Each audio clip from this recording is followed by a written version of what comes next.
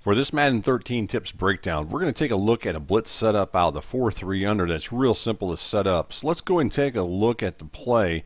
And this one is called Will Punch 3 Seam. And this particular one, we're looking to get pressure from two different defenders. In this case, it's going to wind up being the right outside linebacker.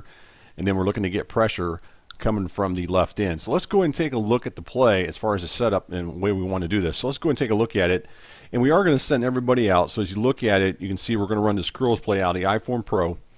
And as I said before, what we're looking here is to go ahead and get pressure from these two defenders. So in this case, it's going to be this right outside linebacker is lined up right there.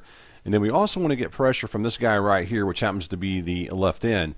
And what we want to do to set this one up is we want to go ahead and take control of this guy right here, which happens to be the middle linebacker.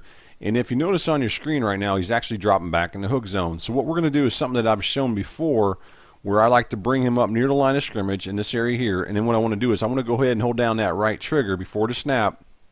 And you'll notice at this point, let's go and take a look at this. As you look at it, the idea of this is to go ahead and force, in this case, it's going to wind up being the right tackle look to block to the inside, or at least try to change the blocking assignments up. And if that happens, then what we're looking for is to go ahead and apply this pressure coming off the edge from this defender right here. So we're looking to go ahead and get that pressure coming off the edge from this left end as he comes in and goes after the quarterback.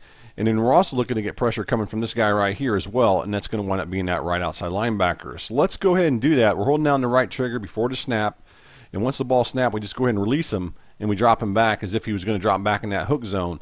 And that allows us to go ahead and get that pressure from not only the left end, but also from that linebacker. So we wind up getting double pressure coming from both sides. Now I realize that both backs are going out, so that's one of the things that you see a lot of videos. You'll see a lot of guys showing both of them going out. Now, if one of these guys were to stay in the pass block, for instance, say the fullback was to stay in the pass block here towards the left in this area here, and then we'd wind up still getting pressure coming off the edge from this guy right here, from this left end.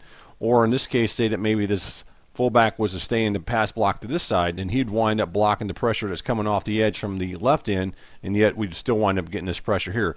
So what I'm trying to show here is that you're still going to wind up getting pressure even if they leave at least one back in the pass protect, and they probably will at most cases, especially if you like to blitz a lot and they catch you doing that.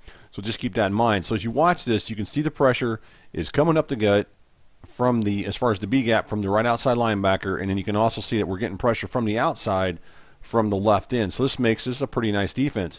Now as far as the coverages go, if we go ahead and zoom in a little bit and we concentrate on this guy right here, remember we're holding down that right trigger before the snap, and the idea, as I showed before, is to try to get that right tackle look to block towards him. And you can see on your screen that that's what he does.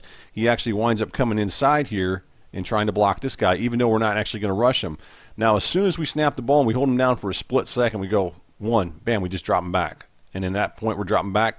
And by the time we drop him back, he's going to be in position. As you look at it, this linebacker is still going to be in position to go ahead and defend that tight end. Is lined up right there. He's going to be running that little spot route. So we still wind up having nice coverage.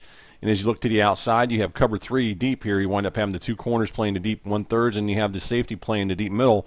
And you can also see we still wind up having 3 defenders. As you look at it, we wind up having these 3 defenders playing hook zones underneath. So we have this guy here, we have this guy here, and then we wind up having this guy dropping back in the hook zone.